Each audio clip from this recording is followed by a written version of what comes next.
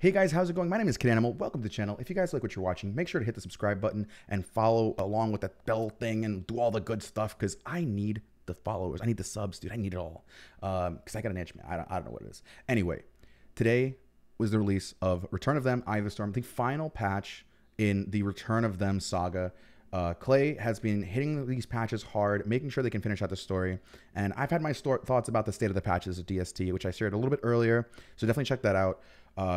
And if you've been watching any of the other DST streamers, you've probably seen the Moonstorm event already. And that's kind of the bulk of what's going on in this patch. So if you've seen it, you kind of know what's happening. The Moonstorm event is this brand new event where these giant storms pop up. There's a bunch of new items, like similar to how like sandstorms work. So like the Oasis in the summer. So it's nothing like too crazy or different.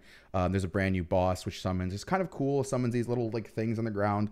So I saw that really quickly. I think that's basically all I saw. So for me, this patch is not that interesting. It adds a new late game content, which I'm not really a big fan of. What I do like is that they add lore elements from Charlie and they set up a future for the game. And you can see here, with the 3 lunar altars now complete, the truth at the center of the ancient mystery will finally come to light. They've been here all along. So it hints at like the ancient past, which the last few patches have been hinting at a lot. You had the biome and the caves that they added with the labyrinth and stuff like that. They have the ruins, which you always talk about, and the ancient fuel weaver. Everything is always hinting at the past. Charlie being like a result of like things in the like ancient evils and things like that. It seems like the old and the new, or the new, are kind of mixing together. And then you have Don't Starve, Return to Them. Return of Them, Eye of the Storm is now available for all players with the conclusion of the Return of Them story arc. Worlds will collide, old threats and familiar faces make themselves known. Yeah, so this is kind of what I'm talking about. Charlie, and you have the old ancient past kind of hinting at each other, like kind of working together to make this kind of epic ending in this giant storm which appears on the map. It's kind of a cool conclusion to the story, but I feel like a lot of people won't really ever get there. So I mean, watching somebody else play it is probably the most that a person will get out of it, and I feel like it won't be something that people do too often anyway. As the chapter comes to an end, we are left to wonder, what will Charlie's machinations bring our survivors, and what does she still have planned?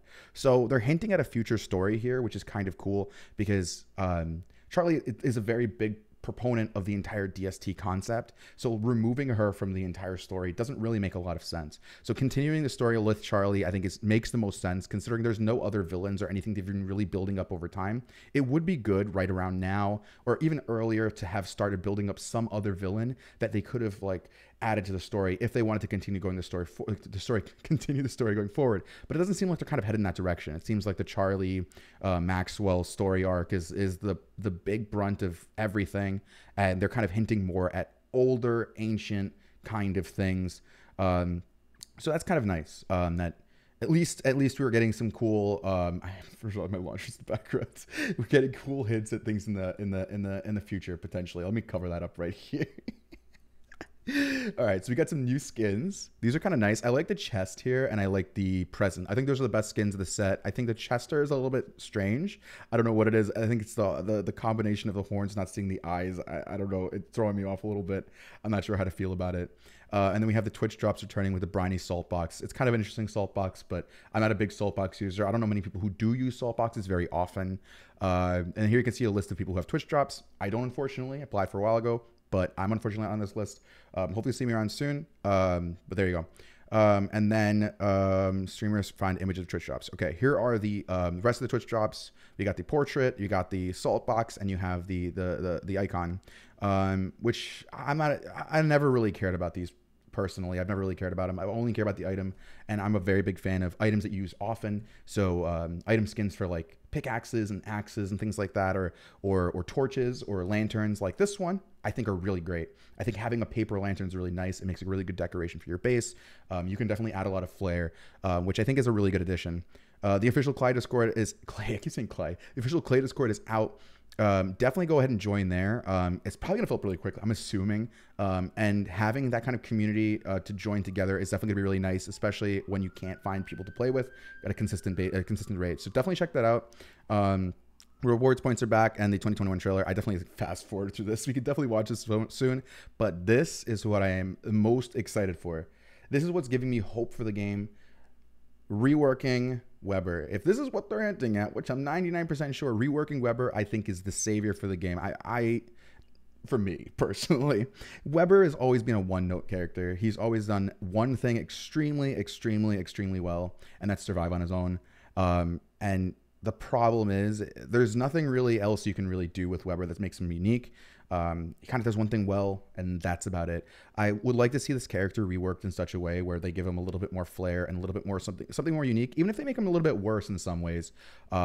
I would like to see him have a little bit more cooperation with groups, or do something different, or have the ability to do things that are different. Because I feel like people who've been playing Weber have been playing Weber for the same way for a very, very long time, and there's not much else you can really do about it. So, you know, I'm excited, but cautiously so.